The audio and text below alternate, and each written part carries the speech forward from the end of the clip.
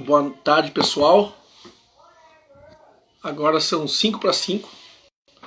Daqui a pouco a gente vai ter um bate-papo, uma conversa aí com...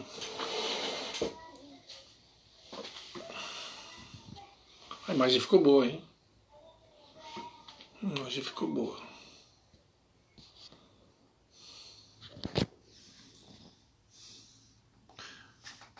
Oi, Oi, Natasha, Alan, tudo bem? Tudo certo? Aí, como é que tá? Tô aqui já testando o equipamento que veio para fazer o bate-papo aí com o Leonel. Vamos aguardar aí. Grande Alan.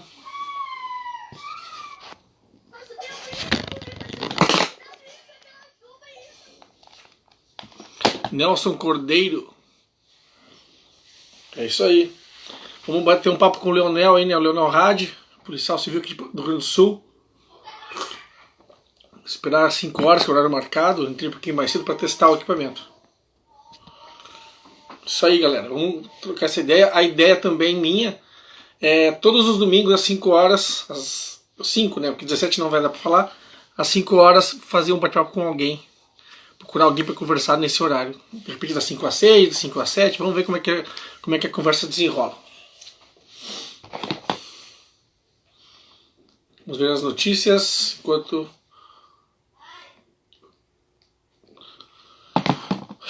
Vamos ver, Fagner chegou, Vitor chegou também.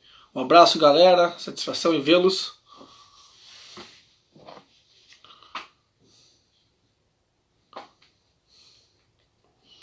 Agora são 3 para 5.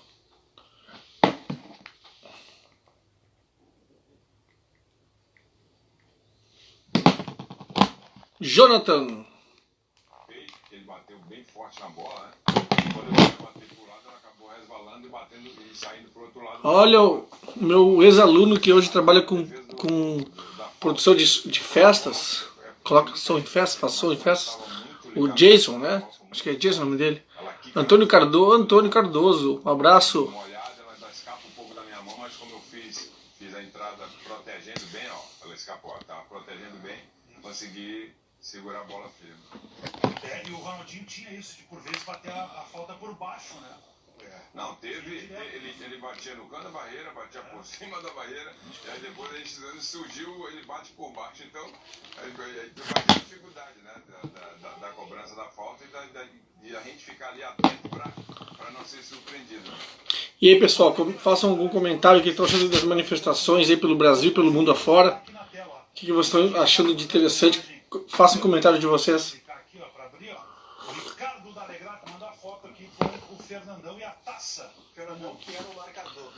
As manifestações estão acontecendo pelo mundo afora, né?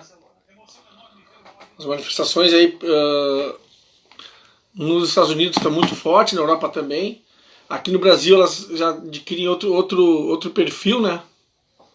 Valeu, Natasha. Grande Natasha, valeu. Divulgou a live no Twitter. Valeu, Natasha. Um abração, valeu mesmo. Grande prima. E as manifestações no Brasil adquiriram outro perfil, né? Além da questão racial, a disputa, né?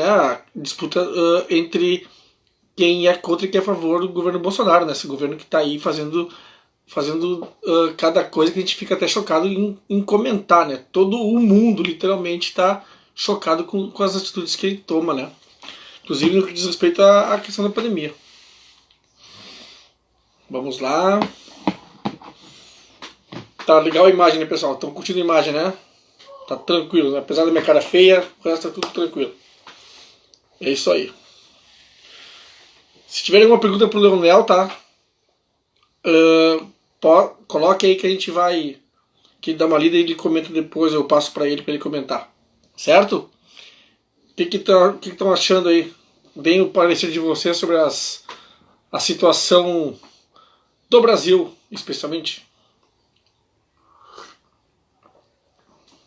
Agora, para quem não viu em 2006, tá dando no 12 Inter e Barcelona. Eu vou comentar com vocês que eu acho esse tipo de programa assim de repetir coisa antiga, acho que não vejo muita função, mas enfim.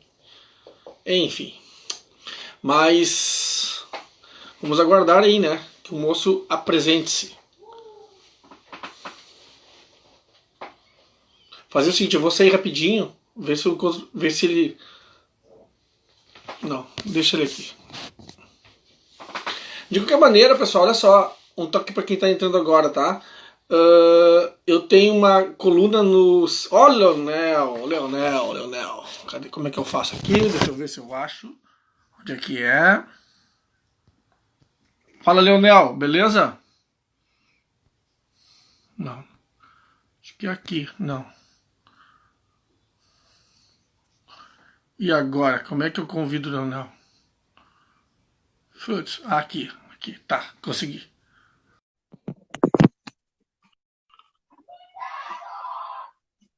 Aí. Grande, Leonel! Satisfação, cara? Satisfação é minha. Legal, hein, cara? Bom te ver, meu. Também. Quantos anos? Sabe, eu tava lembrando esses dias, assim que a gente conversou ali e fez esse acordo, né, cara, de fazer essa conversa hoje. Aquilo era no 2000, né, cara? Lá no Memorial, né? Memorial, né, cara? A faculdade Memorial. Isso aí, 2000 e pouco, 2000, acho mesmo. Não, 2000. Tu fez história na URGS, né? Na URGS. Na URGS. E também história e direito aonde tu fez também, né? Tu fez direito também, né? O direito eu fiz na Ritter, no Uniriter. Ah, legal. Mas aí, cara, a gente transcorreu essa vida toda, quase 20 anos, para chegar nesse momento tão importante, né, cara? Da história do Brasil, né, cara? Esse momento que tu tem nas ruas uma pandemia acontecendo e, ao mesmo tempo, tu tem uma situação política bastante complicada, né? Eu queria de começo, cara, que tu me desse assim um toque, que acontece para as pessoas assim, que nós temos 50 pessoas nos assistindo já. A tua formação, a tua origem, né, cara? Tu tem um pai que foi uma referência no teatro gaúcho, né? Queria que tu desse um resumão, assim, uma biografia básica de Leonel Hadi por Leonel Hadi, uma coisa bem clichê, né?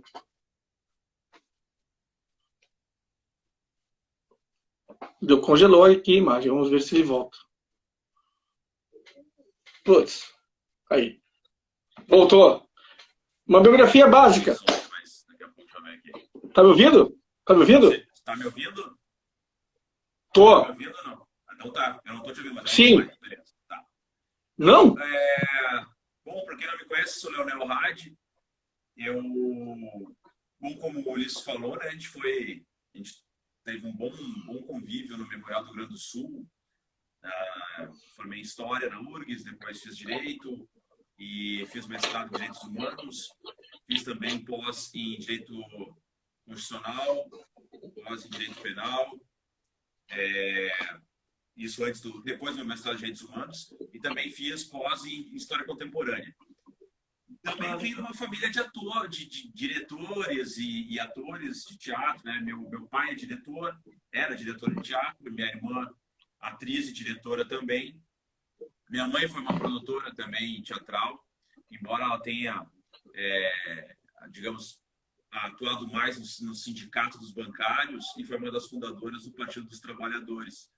Então, basicamente, hoje eu sou policial civil, atuo na divisão de homicídios. Então, basicamente é isso, né? Assim, a grosso modo, a minha trajetória. E daí foi nessas eu me lembrei também que eu conheci o Ulisses aí. Eu me lembrei também que tu tem uma banda, né? Que tu tá me ouvindo, cara? Tá me escutando? Não consigo escutar. Não sei por quê. Deixa eu ver. Putz. O fone tá ok aqui. Tá me ouvindo? E agora? Não tô te ouvindo. Não me ouve? Putz. Pera aí, e agora? Seguinte, eu vou sair e vou voltar. Vamos ver aqui. Tá, beleza. Eu te aguardo. Vai lá. Putz, mas fica aí, pessoal, não vai embora. Vocês me ouvem? O áudio do Leonel tá baixo, hein? Vou falar pra ele também. Mas vamos aguentar aí, pessoal. Ninguém foge. Não vou embora. Vocês ficam em casa por causa da pandemia. Olha só, hein? Não vou embora. Fiquem aí, não vou embora.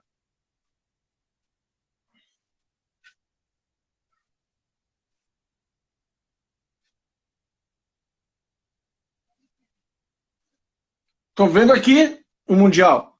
Tá no mudo. Vamos ver agora. Fala Fala, aí. Leonel. E agora Aí me sim. ouve? Agora estou. Agora sim. Perdi. Beleza. Cara, uma coisa que eu lembrei, assim, né, fazendo uma pesquisa assim, eu já sabia disso também. Ó, saiu o sinal de novo. Não, aqui tá ok. Aí, beleza. Beleza, vai lá. Que tu é líder... Oi? Diga, Me diga. ouve?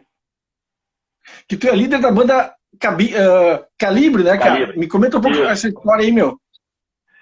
Cara, eu sempre tive envolvimento também com a música. Aí é uma herança mais dos meus tios, né?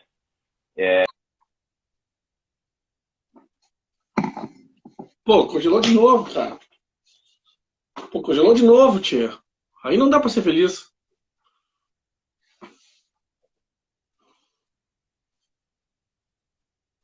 Inacreditável como congela o som aqui, cara.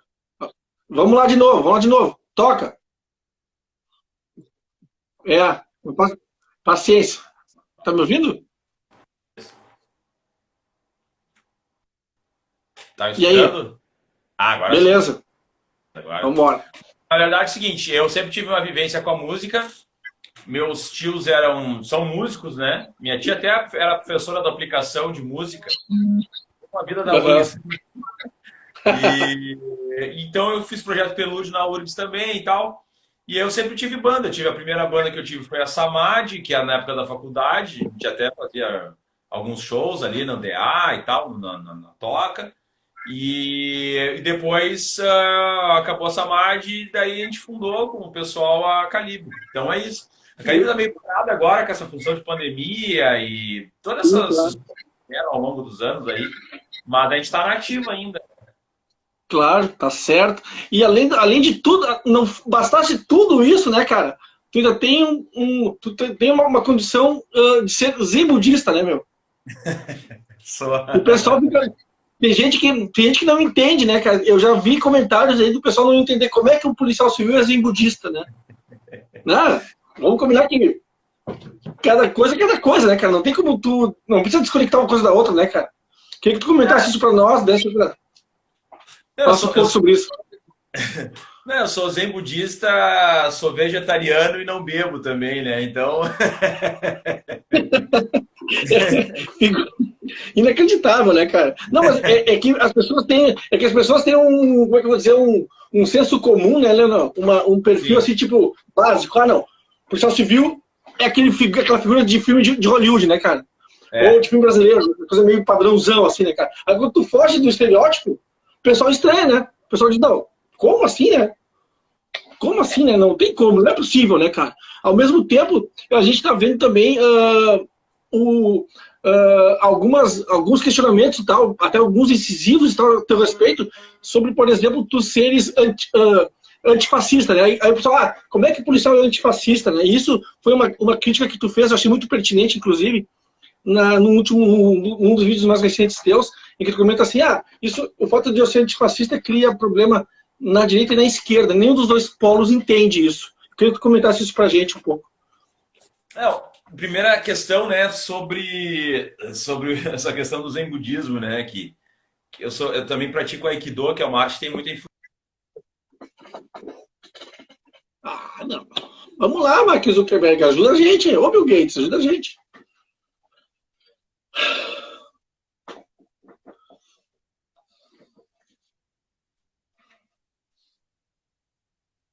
Pô. Voltou? Voltou, vambora. Vamos lá. Não vamos nos derrubar tão fácil assim, cara. A questão é essa, por exemplo, o Zen Budismo tem uma influência muito grande no Aikido, que é uma arte que eu pratico, e o Zen Budismo ele teve uma influência muito grande sobre os samurais também, né, lá na época dos samurais, né. E então, achar que são contradições, né, tipo, ser mais uma questão agressiva, né, tu tem uma vinculação eu acho que tem tudo a ver, entende? Porque é exatamente isso, tem que ter um controle emocional, tem que buscar um equilíbrio para poder atuar da forma correta, senão tu acaba extrapolando, né? E, enfim, a gente sabe todas essas questões. E em relação à militância antifascismo, né? Eu vejo que tem uma tendência de um grupo mais radical, que eu chamo de extrema esquerda, tem gente que acha que não pode chamar de extrema esquerda. Eu chamo de extrema esquerda porque é um extremismo. não é um radicalismo, porque o radicalismo a gente tende a ir para.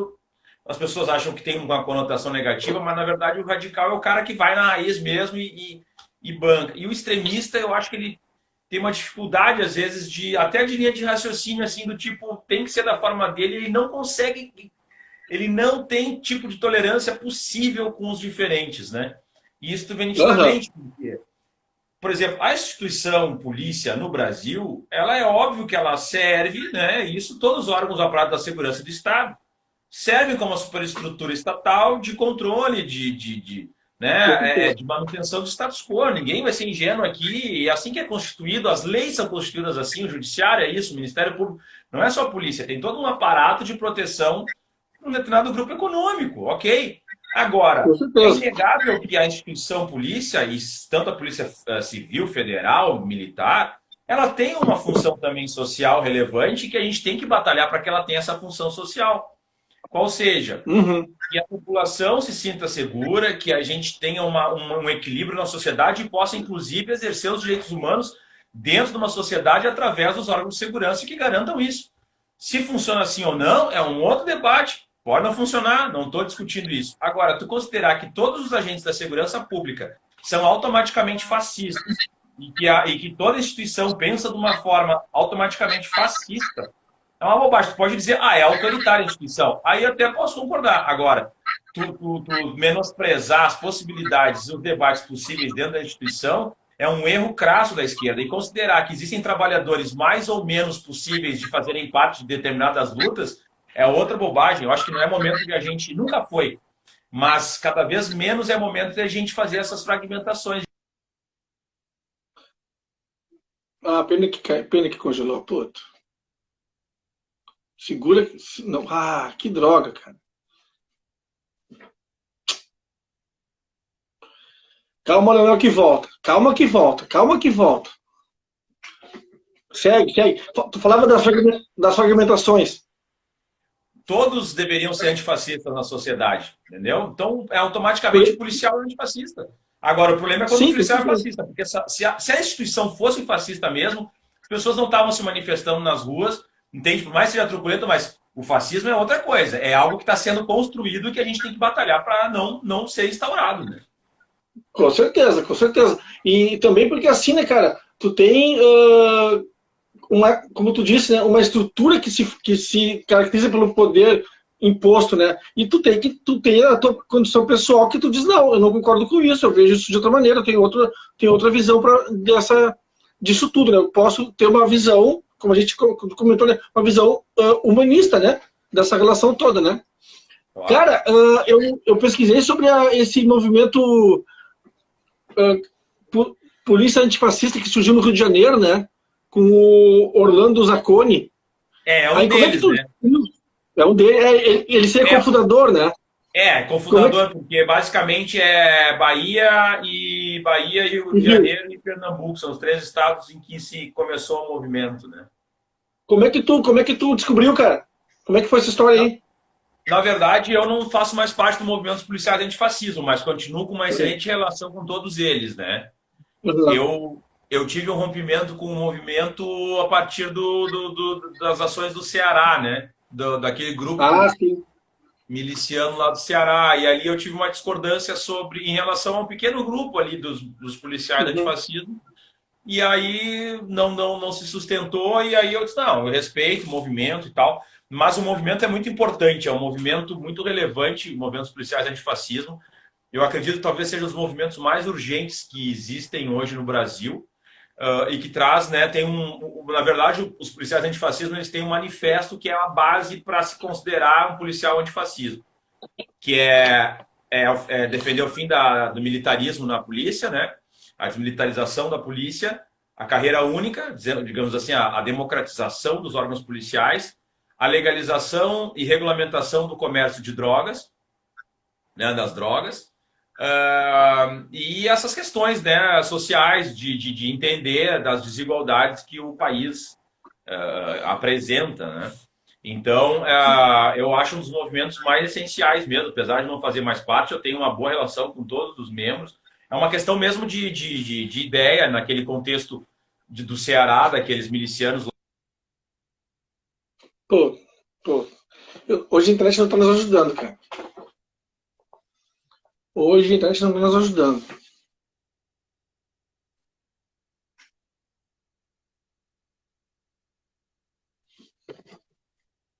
Ele dá um Voltou. tempinho, É, ele mas o que eu volta, tava ele volta, uma falando, hora volta. Sim. o que eu digo assim, é aquele contexto lá do Ceará, aí teve uma nota que, do meu ponto de vista, foi equivocada do movimento, que meio que legitimava aquele grupo como se fosse uma ação legítima sindicalista e tal. E aí eu disse, eu entendi que não, e essas questões também, outras questõezinhas ali, mas continuo tendo uma boa relação com o movimento, continuo Ah, admirando, e a gente batalha sim. junto igual, né?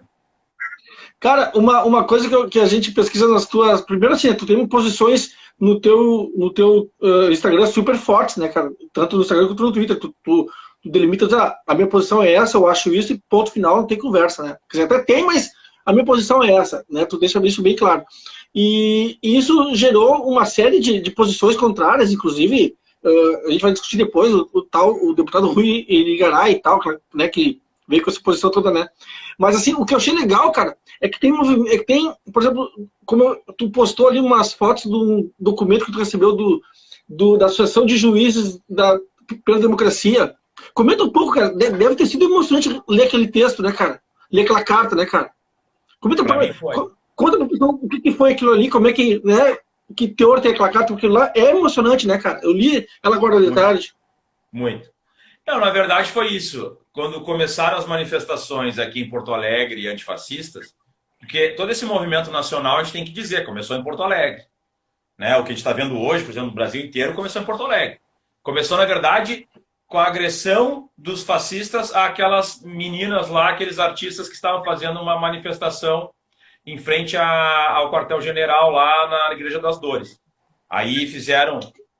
Foi ali que começou. Uhum. Se lembrar, eles foram espancadas, as meninas foram espancadas ali pelos bolsonaristas. A partir daquilo ali se articulou um movimento em Porto Alegre que começou a ocupar as ruas e fazer a confrontação com os caras que pediam fechamento do STF e tal, pediam ditadura militar. E começou em Porto Alegre. O primeiro ato foi em Porto Alegre como resposta àquela situação. Então a galera se juntou de algumas torcidas e foram lá. E a partir disso se espalhou para o país. E onde foi o start? Foi quando eles pararam a carreata do Bolsonaro, do pró-Bolsonaro aqui em Porto Alegre. E ali aquela imagem foi ao mundo e as pessoas se mobilizaram e começou esse movimento agora. Então a gente tem que dizer, começou em Porto Alegre com essa galera, que era bem pequena. Uhum. Então a gente tem que, enfim. A partir desse contexto, eu sempre fui um incentivador. Né? Eu sempre incentivei essas ações, porque são, se for observar, né, ações pacíficas. Mas Poxa vida. Fica aí, fica que não demora a volta. O- vamos lá, volta, pelo amor de Deus. Volta.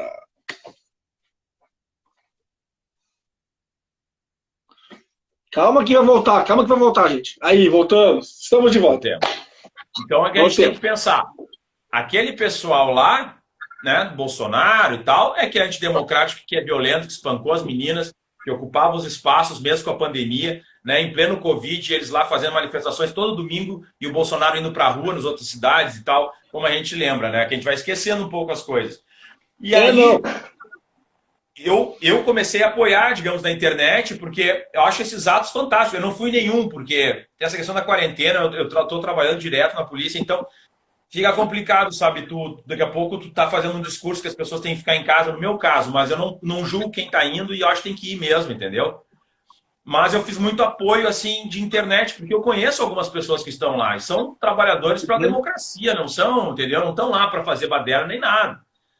E aí eu comecei a apoiar. A partir do meu apoio na internet, talvez ter uma rede um pouco mais ampla, me identificaram como liderança e por ser antifascismo, né? Me identificaram como liderança antifa, naquela lógica lá do Trump, que são terroristas e tal. E aí, oportunisticamente, o cara que organizava essas carreatas da morte, aí desde o princípio, forçando o governador, forçando o prefeito, ameaçando, foi esse deputado aí, que para mim é um cara assim que precisa rever os termos de ética que ele tem, né? Que é o Rui Irigaray. E aí ele fez um monte de procedimento, fez procedimento na Corregedoria da Polícia Civil, fez procedimento junto ao Ministério Público, denúncia ao Ministério Público, foi nos meios de comunicação. Bom, enfim, me pintou, né? Ele fez um documento e tal, me pintando como um líder terrorista de uma célula financiada pelo Jorge Soros, entendeu? E aí começou uma pressão terrível dentro da instituição, uma pressão terrível nos meios de comunicação, eu sendo meu nome sendo dito aí na televisão e no rádio como se eu fosse um cara que insuflasse violência, valorizasse violência armada contra os fascistas, contra os bolsonaristas, sem nenhuma prova, sem nada. E aí misturando fotos da minha rede social do meu trabalho como policial com postagens políticas, como se fosse a mesma coisa, entende? E aí, com todo esse ataque, os juízes para a democracia fizeram uma carta, que quem puder ler, assim, é muito emocionante mesmo, defendendo a democracia e usando o meu caso, assim, como uma forma de desagravo, assim, né, em relação ao que está acontecendo. Mas não é só comigo, né? Os policiais de antifascismo do Nordeste, lá do Rio Grande do Norte, estão passando por uma situação muito similar. Aquele deputado estadual do PSL lá em São Paulo fez uma lista de antifascistas no Brasil e lançou, estão sendo ameaçados.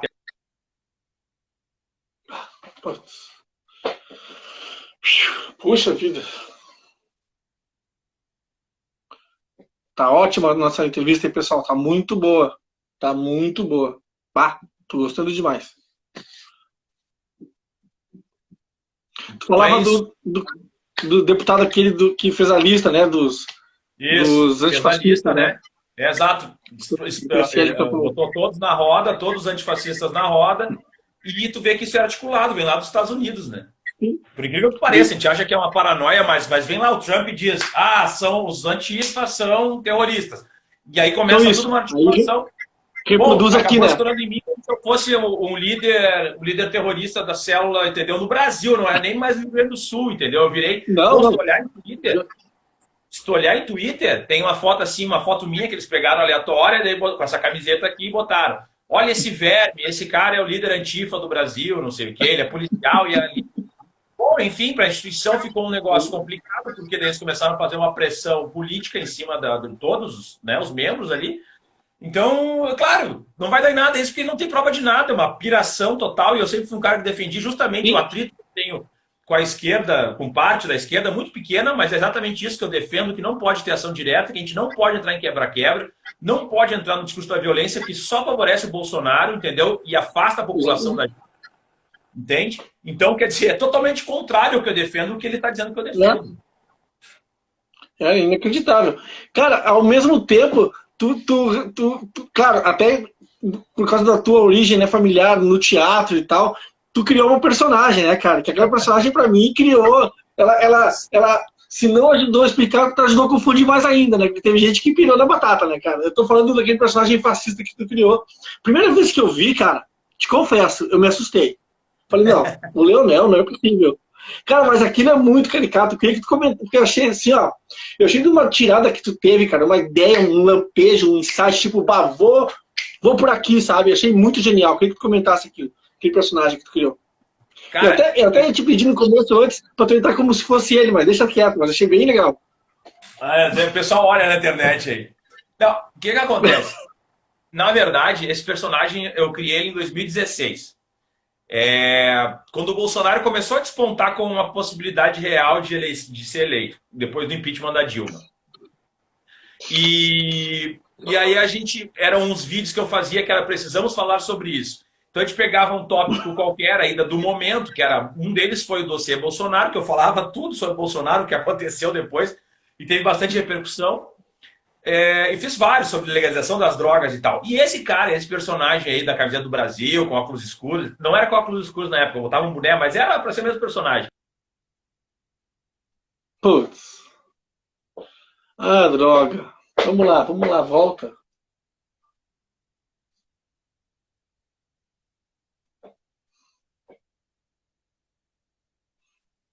Ah, que droga, meu. Vai lá, continua. Ele era aquele que acreditava em fake news, que achava que... Entende? Fazia aqueles comentários. Eu sou patriota, mas eu uso a bandeira dos Estados Unidos e tal. E daí esse personagem ele comentava as coisas da forma mais preconceituosa possível. Bom, 2016, 2017, o personagem sumiu. Aí quando começou essa questão do Covid, do coronavírus, eu comecei a observar as pirações, assim, dos caras, né? E aí eu disse assim, cara, vou voltar com aquele personagem lá. Porque eu fiz a campanha para vereador aqui em 2018, para deputado em 2018, estadual, e aí a gente fez alguns personagens da direita de novo, né? Pegava alguns personagens e tal. Criava, assim, né? O cara que era o pastor, o cara que era não sei o quê e tal. E aí esse personagem estava no armário ali. Aí, porque eu acho muito legal tu debochar, porque às vezes tu dá um discurso muito direto, as pessoas não entendem, o pessoal da esquerda às vezes fica de cara assim, o cara fazendo piada com não sei o quê, isso não é um momento de piada. Só que, cara, não existe nada mais reflexivo do que a sátira, entendeu? Não é porque tu tá fazendo algo, uma sátira, que aquilo é engraçado. Pode não ser engraçado, pode ser até grotesco. Mas gera uma reflexão. A pessoa que se identifica com aquilo fica na reflexão dos, será que eu sou isso? E quem não gosta vai dizer, é isso mesmo, entende? Mas é isso aí. Tu sabe usar o humor, né? Quando eu vi que os caras começaram a pirar na batatinha com esse negócio do coronavírus, que a cloroquina era a salvação do mundo e que era tudo uma mentira, uma gripezinha, eu reativei o personagem e aí bombou de novo, entendeu? Porque era tão absurdo que as pessoas começaram, mas será que... Porque o absurdo é real, né? As pessoas são tão malucas, assim, esses bolsonaristas. Então as pessoas... Não, é... E aí o pessoal compartilhando, achando que era verdadeiro, o pessoal me xingando como se eu fosse bolsominion, e aí foi embora, né?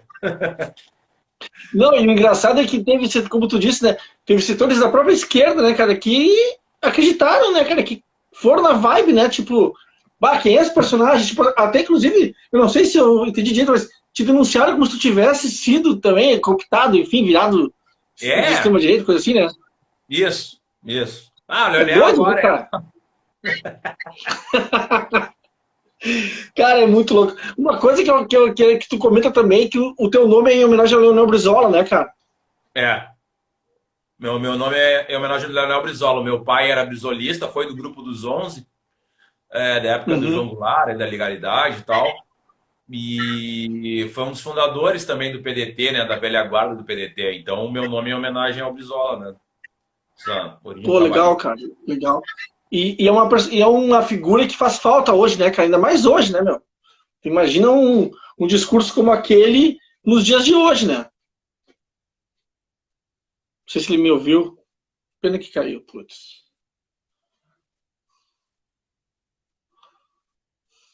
Que é como aquele... Não, tu imagina como faz falta um cara como o Brizola nos dias de hoje, né, cara? Com um discurso como aquele, né, cara? Com uma imposição como aquela, né, cara?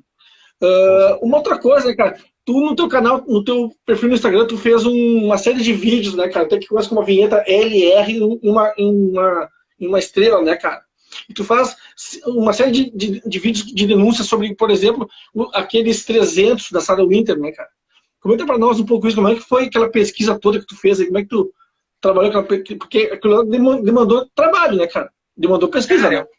Eu faço de noite, entendeu? Eu faço fim de semana. As pessoas acham que tá fazendo isso para se aparecer. Tem muita lógica disso, né? Na verdade, é uma militância. Tu me conhece há anos, sabe que eu sempre fui um cara vinculado, assim, nunca fui de diretório acadêmico e tal, mas sempre tive posicionamento de debater e fazer militância, né? Minha mãe foi uma das fundadoras do PT, como eu disse. Então, quer dizer, eu não tinha vida partidária. Acabei entrando nessa lógica partidária mesmo por causa de perseguições da minha profissão, que eu comecei a sofrer em 2015.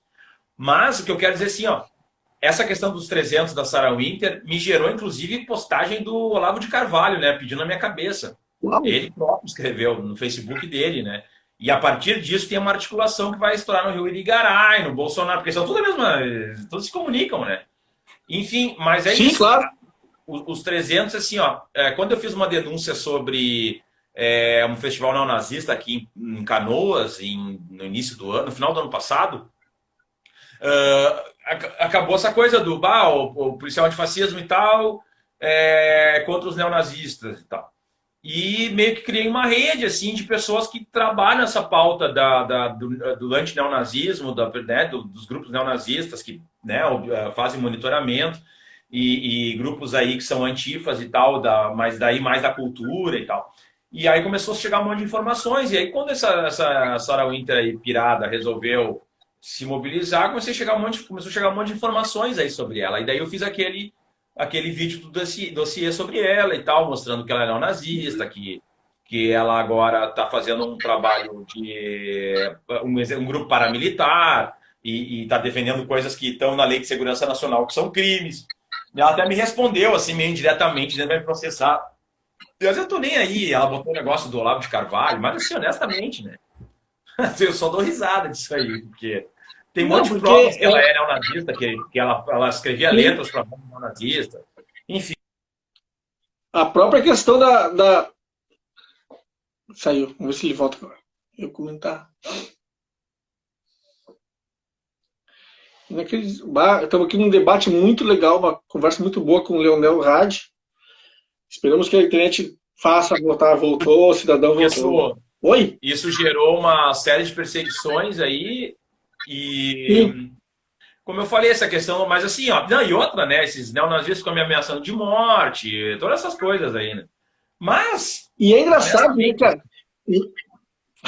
Porque o neonazista europeu, né, cara, o cara, em tese, ele é, né, ariana, raça ariana. Aqui não tem como, né, velho? Vamos combinar, né? É contradição pura e simples, né, cara? O cara não tem como ser, né, cara? Todo mundo tem origem indígena, algum pé, alguma origem, né, cara? Que não é 100%, como ninguém é 100%, né? Mas, cara, eu acho assim, ó, eu acho o teu trabalho, a tua posição, o teu perfil lá no Instagram, eu acho, e no Twitter também, que a gente segue, né? Acho assim, super, cara, super válido, acho que a gente tem que seguir, na verdade, assim, todo mundo, né, cara, tem que seguir nessa toada, porque tu viu o que aconteceu 2 semanas atrás nos Estados Unidos, né, cara? Um assassinato brutal, né, cara? E a coisa daquilo ali, tipo assim, foi um capítulo a mais, né? Porque na realidade já tinha acontecido isso nos anos 90. Agora aconteceu de novo, quer dizer, isso, essa reação, essa questão do racismo é muito forte, né, cara? Como aqui também é muito forte, né? E aí a gente tem isso reverbera lá, estoura lá, reverbera aqui, e aí explode vários movimentos, né? Com certeza. O pessoal aqui já tem, né? O que tu acha dessa situação toda que saiu de lá e reverberou pro mundo afora e do George Floyd, cara? É que, na verdade, fica demonstrada que a sociedade, via de regra, as sociedades são racistas, né? E Sim. nos Estados Unidos, toda a questão da segregação, né? E no Brasil a gente tem um tipo de racismo diferente, mas tão cruel quanto. Talvez pior até em determinados aspectos, porque ele é mais velado, mas ele gera um impacto igual em termos de homicídios, inclusive. E, inclusive, até de violência policial, por que não falar sobre isso, né? E... Claro. Então, claro, isso acaba reverberando porque são situações similares, né, de violências, né? Agora, me parece que os Estados Unidos eles têm uma coisa mais... quando acontece, né, eles têm uma capacidade de mobilização maior, assim, mais virulenta, assim, mais organizada também do que no Brasil. Mas eu acredito que, por exemplo, no dia de hoje, as ações foram muito, muito positivas e eu acho que o debate está sendo feito. Só que eu penso, né, se a gente também não souber votar, não souber escolher, né, não...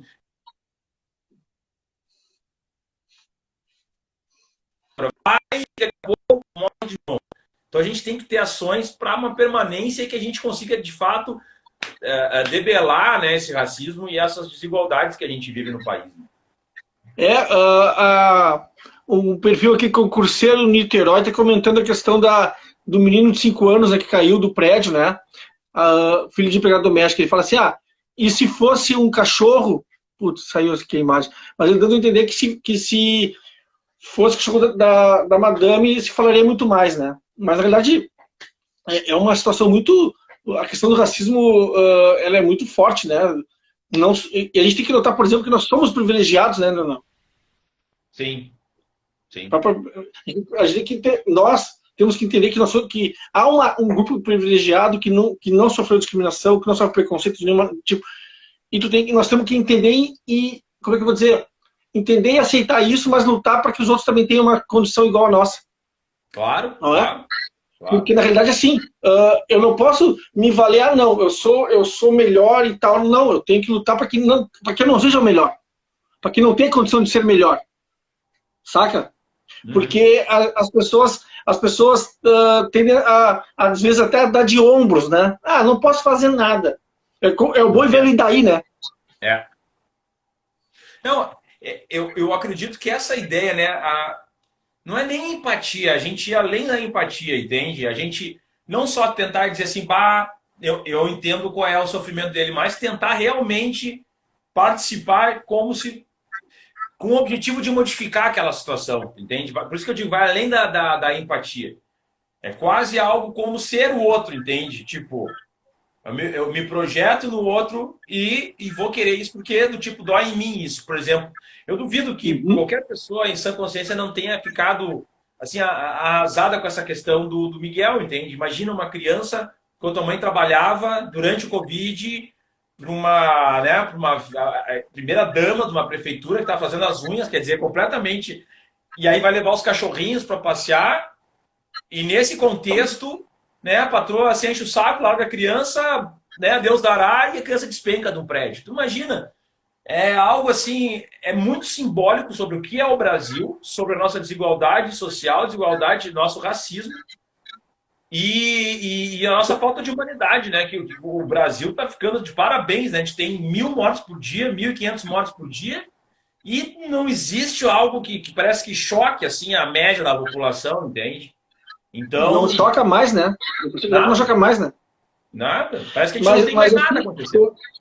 Eu vou te corrigir, Leonel. Agora eu vou te corrigir. Nós temos 0 mortes agora, tu viu, né? Ah. Não, é um dos negócios mais chocantes que eu vi, cara. Eu estava vendo ontem na televisão que nós estamos há quase 30 dias em meio à pandemia sem ministro da Saúde, né? Sabe? É chocante, né? É chocante. Do tipo. É triste e é chocante, né? Hã? É uma piada. Uma piada, exatamente. Não, e assim, né, cara? E aí, somado a tudo isso, tu tem.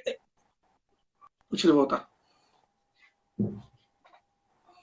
Somado a tudo isso, ao fato de não ter ministro da Saúde há quase um mês, tu tem o fato de que agora os caras simplesmente tiraram. Primeiro assim, né? Vamos fazer uma cronologia aqui, né? Primeiro era sempre às 5 horas e tudo mais, aquela coisa com coletiva, não sei o que, não sei o que. Aí o Mandetta sai, o ministro que estava fazendo um trabalho mais ou menos até que razoável sai, e entra um ministro que, ao contrário do que se imaginava, continuou fazendo, né, coletivas bem extemporâneas.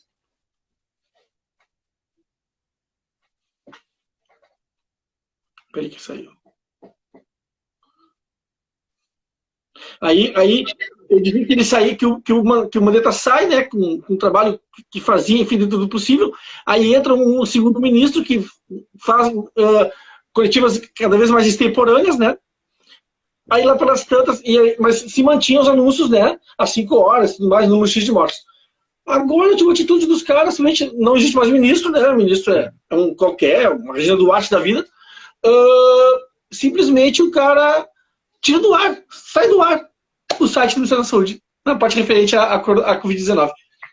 Aí, qual é o argumento? Ah, não, acabou o Jornal Nacional. Aí o que o cara faz? Quando sai às 10 horas, o Jornal Nacional interrompe a novela. Paft! Plantão. Aquela musiquinha clássica do plantão, né, cara? Pô, que todo mundo se encagaça, né? Vamos combinar, todo mundo morre de medo quando ouve aquela musiquinha, né, cara? Foi o maior tiro no pé da história da humanidade, né? Foi. Aí... Mas... E o Bonner com aquela voz grave dele, né, cara? Não, é horrível. Mas aí que a gente vê, né? É assim que funciona a ditadura, né? Ah, não tem corrupção na ditadura. Ah, não sei o que na ditadura. Claro, e não tem dados, não tem transparência, não tem nada de informação. Isso é um tapa na cara das pessoas. Do tipo, é bom que a gente alerte as pessoas. Isso é ditadura. Quando começam a não mostrar dados, quando começam a não alimentar o banco de dados sobre questões... Pô, a gente está falando nem coisa de corrupção, hein? A gente está falando sobre vida de brasileiros. Saúde pública. De algo que, em tese, não deveria dizer respeito à parte política, e sim à parte de saúde, entende?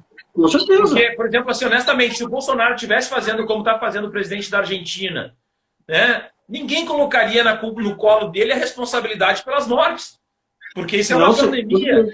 Agora, no momento em que ele vai lá, diz que é gripezinha, debocha, corta investimentos... Bom, enfim, o cara foi o maior lixo de todo mundo. Foi o pior de todos, é reconhecidamente o pior de todos.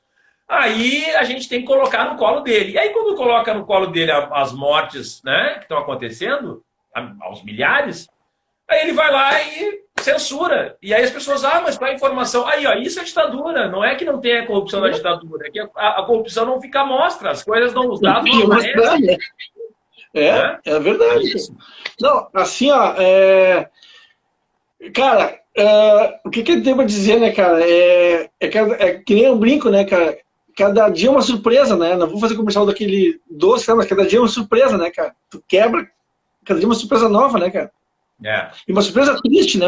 Uma surpresa infeliz, uma surpresa desagradável, vamos colocar assim, né?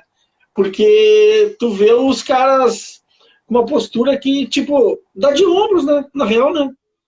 E não, e aí tu tem, por exemplo, assim, ó, um valor lá emergencial de R$ 600, que inicialmente era 200, né?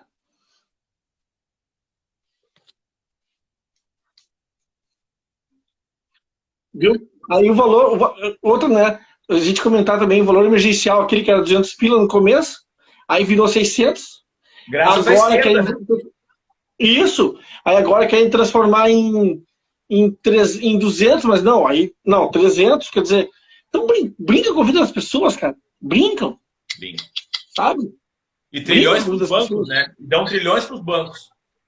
Com certeza, isso é verdade.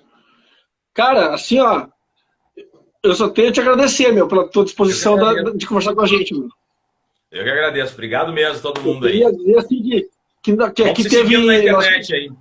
Vamos seguindo. Tivemos até 75 pessoas nos acompanhando aqui, nos assistindo. Excelente. E foi bem legal a conversa, foi bem legal o bate-papo. Muito legal. Bom Até mais, prazer, André. prazer, Uli. Vamos terminar com Qualquer coisa estão aí, tá? Selva. Pode contar. Um abraço, até mais. Abração, tchau, tchau.